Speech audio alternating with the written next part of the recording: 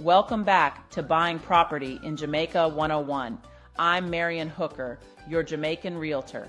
Today, we're talking about something every buyer needs to understand before making a purchase: the real cost of buying property in Jamaica. Because here's what a lot of people don't realize: the purchase price is only part of the story. There are closing costs, legal fees, and transaction expenses that you need to plan for, especially if you're buying from overseas or working within a fixed budget. So today I'm going to break everything down for you step by step, so there are no surprises. Let's start with the major costs involved in a typical transaction. 1. Transfer tax.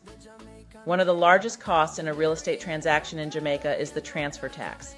This is a government tax that is applied when ownership of a property changes from one party to another.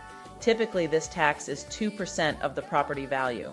Now, in most transactions, this cost is paid by the seller, but as a buyer, you still need to understand it because it affects the overall deal structure and negotiations.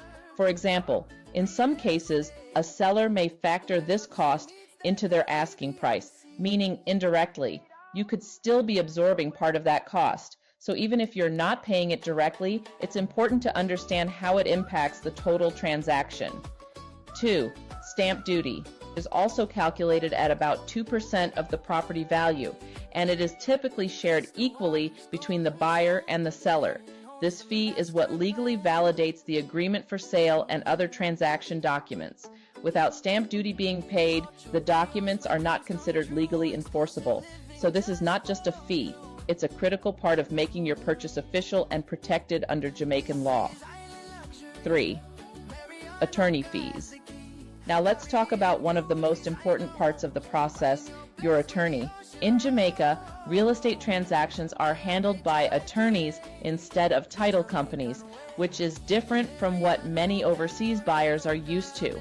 Attorney fees typically range between 2% and 3% of the purchase price. And this is one area where experience and quality really matter.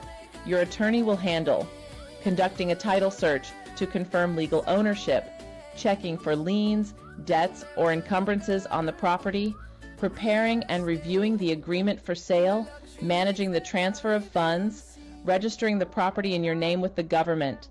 This is your legal protection.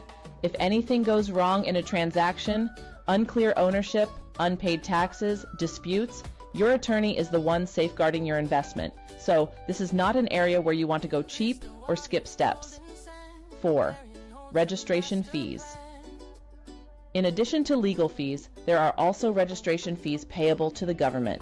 This is the cost of officially recording the property in your name. Typically, this runs at about 0.5% of the purchase price. While it's smaller compared to other costs, it's still a required part of completing the transaction. 5. Realtor fees. Now here's something buyers are usually happy to hear.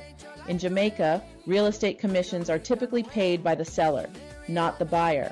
That means you can work with a licensed real estate professional, get guidance, market insights, and negotiation support without paying that commission out of pocket. And honestly, having the right agent can help you avoid costly mistakes that are far more expensive than any commission. Other costs to keep in mind. Now, beyond the standard closing costs, there are a few additional expenses buyers should keep in mind. Valuation report, especially if you're getting a mortgage. Survey report if boundaries need to be confirmed. Currency exchange costs if you're buying from overseas. Initial utility setup and deposits.